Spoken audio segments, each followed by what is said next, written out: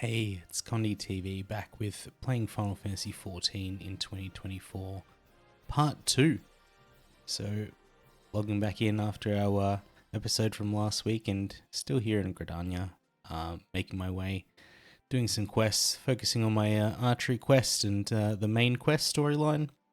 It's such a wonderful experience just jumping into this game. It's very snappy, especially if you have this on an SSD. You should definitely take the time to play around with your settings, make sure it's optimized for the PC that you're running this on, or if you're playing on PlayStation, you don't really need to worry about that. And in other news, this is also coming to Xbox soon, which is super exciting. So yeah, stay tuned for that. Let's pick up where we left off last time. As you can see here, I'm just doing the main story quest, or MSQ, some people will refer this to. And this is one of the bigger moments, introducing something, I guess, the evil character of the storyline, at least from the beginning of FF14. So we go into a cutscene here. It's pretty exciting, pretty cool to see.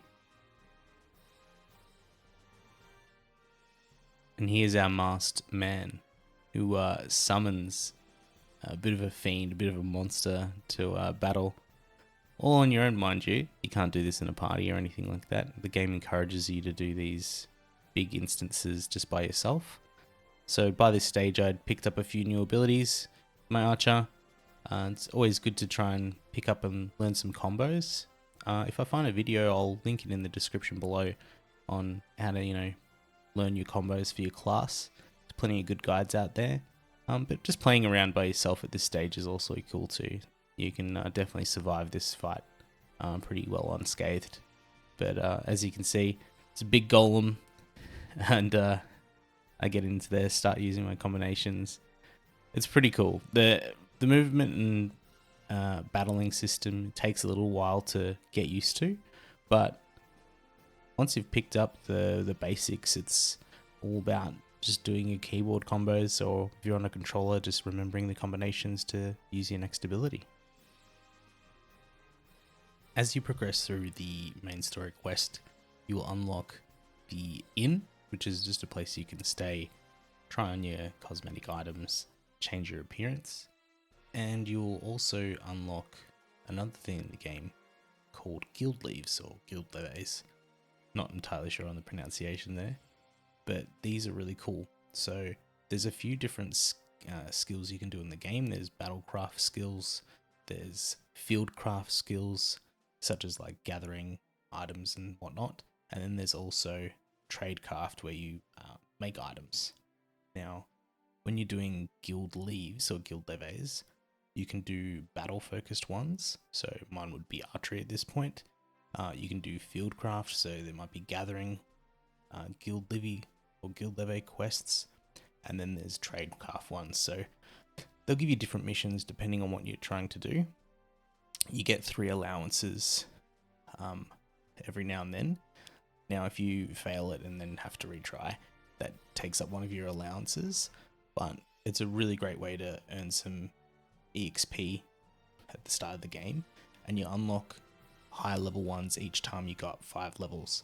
So it might be a good choice to focus on the first 5 levels, then do the next, then the next, and the next, as you level up with the game. So you can learn your way around. As you further around, there's city-state leaves as well. They're in certain areas of each world or each place you travel to.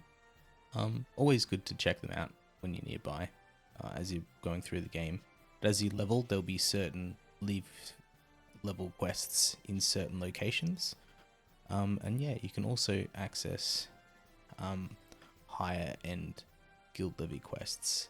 So there's plenty to do, plenty of locations to learn, but the game will guide you through the first couple of steps, and then it's up to you to use your duty finder, and there's also online resources, which I'll link in the description below.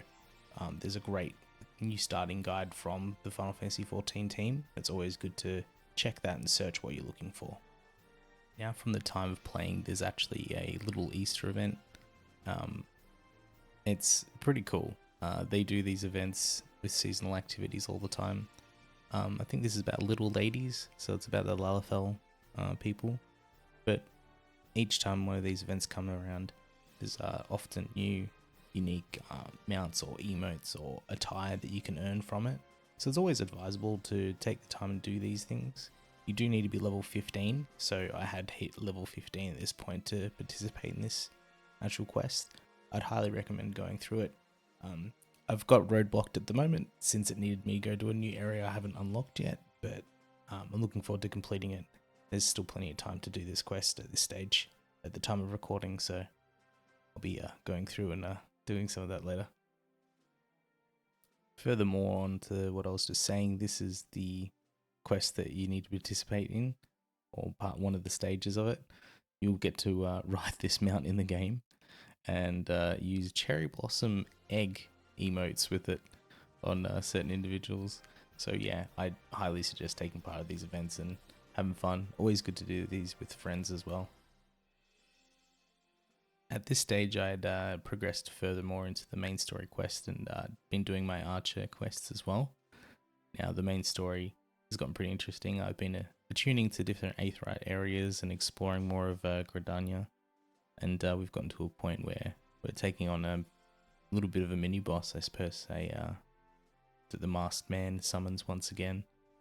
It's pretty epic. You get to take on some Ixali members as well. Yeah, it's super fun. These quests are definitely, got a bit of pizzazz to them, I suppose is the word I'm going to use.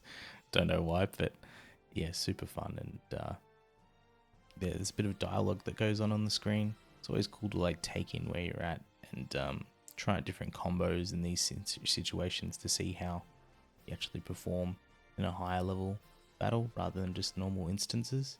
But yeah, super fun. As you progress further in the game, you'll get to meet some pretty important characters. They'll be slowly introduced to you through the main story quest. It's probably advisable to listen to these dialogues in full. I really take in who these people are. They're pretty important to the storyline. But yeah, you'll be slowly introduced to more and more as you play through the game.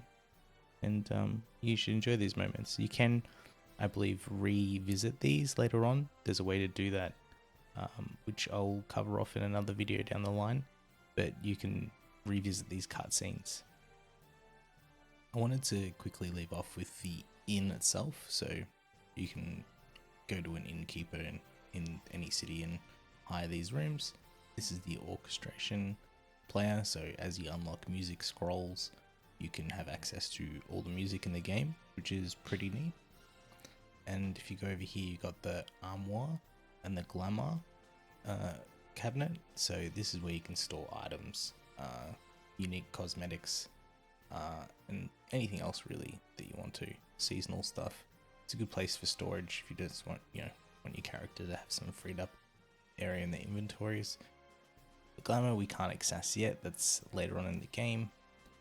But this is what I was talking about earlier. This is how you access cutscenes that you've unlocked, which is a cool way to revisit them if you want to make sure taking in the detail of the game.